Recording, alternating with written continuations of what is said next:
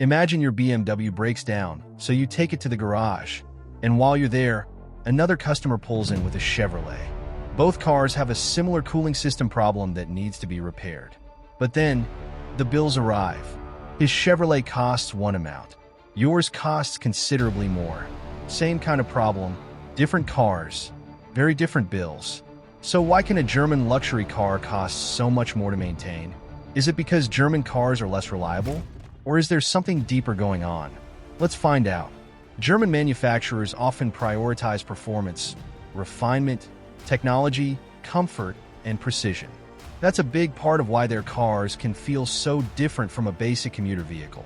But there's a trade-off. More systems can mean more components to diagnose, service, and eventually replace. And the first place this becomes obvious is underneath the hood. Open the hood of a modern German performance car, and you'll often find a tightly packaged engine bay. Turbochargers, cooling systems, sensors, wiring, emissions equipment, and other components may occupy a lot of space in a relatively compact area. That's good for packaging and performance, but it can make certain repairs more labor-intensive. A component might be inexpensive on its own, yet difficult to access. And if other parts have to be removed first, the labor can quickly become a bigger part of the bill. But difficult access is only part of the story. What happens when you finally reach the component? This is where vehicle economics starts to matter. Some German vehicles use manufacturer-specific components, specialized materials, or parts with fewer aftermarket alternatives. And depending on the model and where you live, certain parts may also cost more because of availability, distribution, or import costs. So the equation can become specialized part plus limited availability plus more labor equals higher repair cost.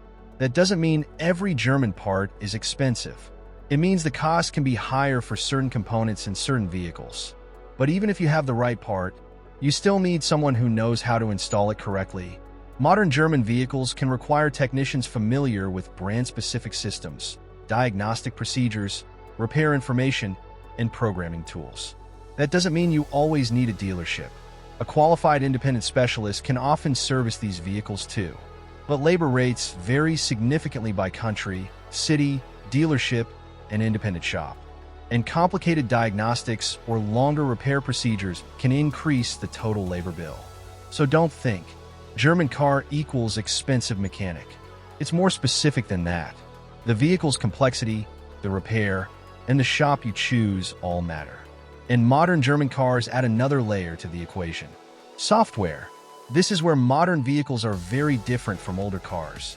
Today's luxury vehicles can contain networks of sensors, control modules, cameras, driver assistance systems, infotainment hardware, and other electronics. And sometimes replacing a component isn't simply remove the old part, install the new one, drive away. Depending on the component and vehicle, it may need calibration, configuration, or programming.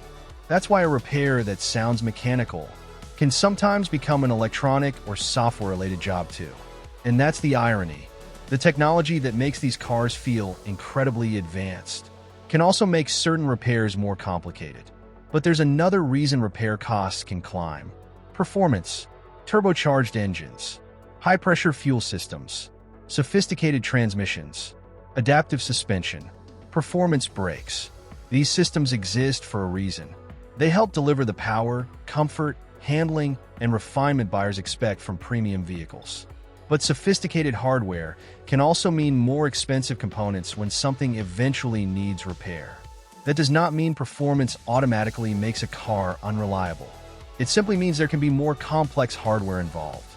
And then there's something else working against those components. Heat. Modern engines can operate in demanding temperature environments. Over time, heat and repeated temperature cycles can contribute to the aging of certain rubber, plastic, seals, hoses, and other components. But this varies heavily by vehicle, component, climate, maintenance, and driving conditions. So this isn't German plastic always fails. That's an unfair generalization. The real point is simple. Materials age. And when an aging component sits inside a complicated system, replacing it can sometimes become more involved. Now imagine another problem. What if the part isn't even available locally? This is where location can make a huge difference. In a major market, a common replacement part may be relatively easy to source. But for a less common model, or in a country where fewer examples are sold, the same component may need to be ordered. That can mean additional waiting time and, depending on the market, shipping, distribution, or import costs. So two people can own the same German car and have very different ownership experiences. But there's another detail owners need to understand. Not every fluid or service procedure is interchangeable. Modern vehicles can require fluids and replacement components that meet specific manufacturer specifications. Oil isn't simply oil. Coolant isn't simply coolant. The important question is whether the product meets the specification required for that particular vehicle. That's why following the owner's manual and the correct maintenance schedule matters. The key isn't that German cars magically need expensive fluids. It's that using the correct specification matters. And this leads us to the point that can change the ownership equation. What happens after the warranty ends? When a car is new, unexpected repair costs may be partly or fully covered by the manufacturer's warranty, depending on the issue and the terms of the warranty. But eventually, the warranty ends, and that's when the financial impact of complex components becomes more important. A turbocharger, an electronic module, adaptive suspension hardware, cooling components, transmission-related hardware. None of these parts is guaranteed to fail. But when a complex component does need replacement, the repair can be expensive. And that's where buying a used luxury German car requires more thought than simply looking at its purchase price. But there's one final piece of the puzzle. Luxury vehicles are built around a different set of priorities. They can use specialized components, premium materials, advanced technology, and systems that aren't necessarily shared across huge numbers of vehicles. Mainstream vehicles often benefit from large production volumes and broad parts availability. That doesn't automatically make every mainstream car cheaper or more reliable. But economies of scale can influence parts pricing and availability. Luxury plus complexity plus performance plus technology plus specialized parts plus specialized labor can mean higher ownership costs. So, are German cars expensive because they're unreliable? Not necessarily. That's the biggest misconception. A well-maintained German car can provide years of excellent service. The issue is what happens when something needs attention. A simpler vehicle may have a simpler repair. A highly engineered luxury vehicle can turn that same ownership moment into diagnosis plus specialized parts plus labor plus programming or calibration. And that's why the purchase price isn't the only number you should look at.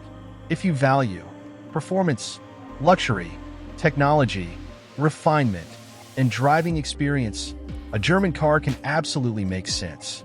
But before buying one, look beyond the badge.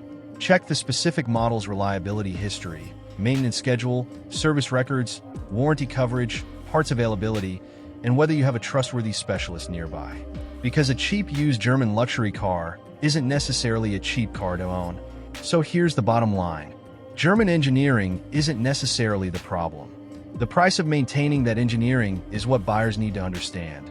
The same complexity that gives you the powerful engine, the advanced technology, the sophisticated suspension, and that premium driving experience can also make certain repairs more expensive. So don't ask, are German cars bad? Ask a much smarter question. Can I afford to maintain this specific German car after the warranty ends? Because the best luxury car isn't just the one you can afford to buy. It's the one you can afford to keep. Now it's your turn. Would you still buy a German luxury car knowing what ownership can really cost? Tell me why and why not in the comments. And if you want honest automotive content that goes beyond the showroom hype, subscribe to Xlion Motors.